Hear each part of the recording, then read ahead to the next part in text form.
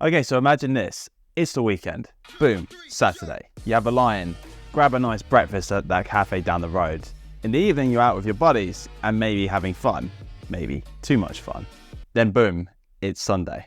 You're a little worse for wear, but that's okay. You might call your mate about the antics from the night before and be like, oh my God, that was such a funny night. Check your Snapchat. But unfortunately, you completely forgot that you made plans with your grandparents to go around theirs for a Sunday roast. So you get there tired, hanging, not talking to anyone.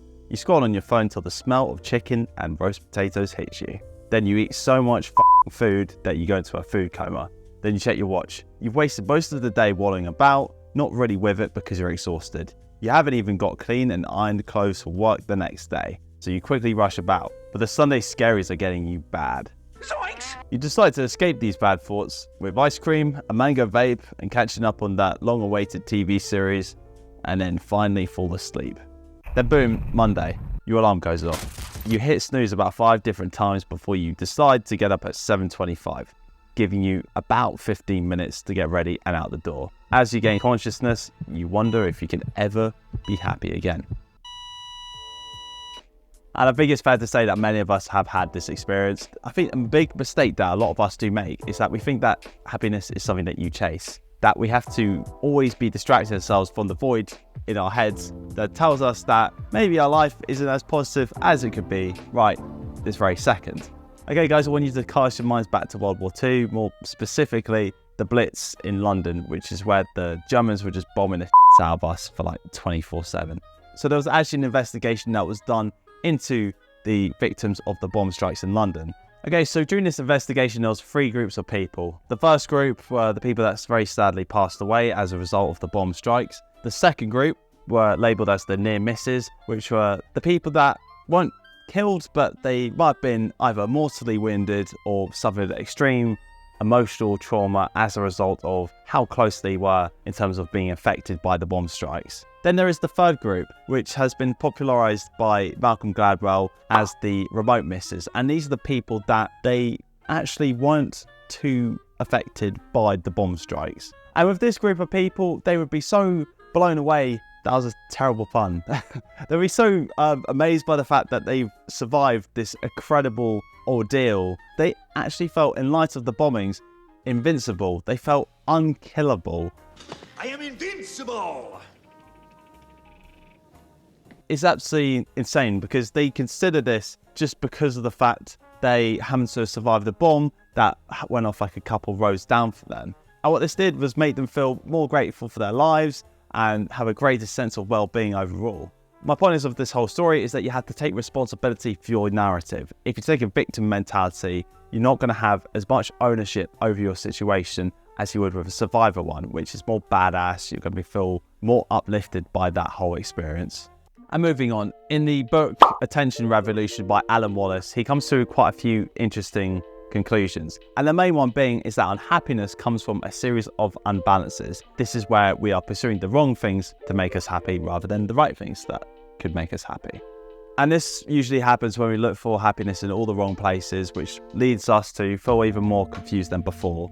But that's actually a really good question. What actually does make us happy? Now, according to a study that was done 13 years ago, they took around 250,000 responses. And this is apparently the top 5 activities that actually make people feel happy. Number 5 was listening to music, of course. Number 4 was playing. Doesn't mention what type of playing you're doing, it's just playing. Fair enough. Number 3 was developing or discussing relationships, which is quite good. Number 2 was exercising. And number 1 is making love. Yeah, that makes sense. Now, some of these activities you may relate to more than others, but it might actually make a little bit of sense to consider what activities you're neglecting and what ones you're prioritizing over most.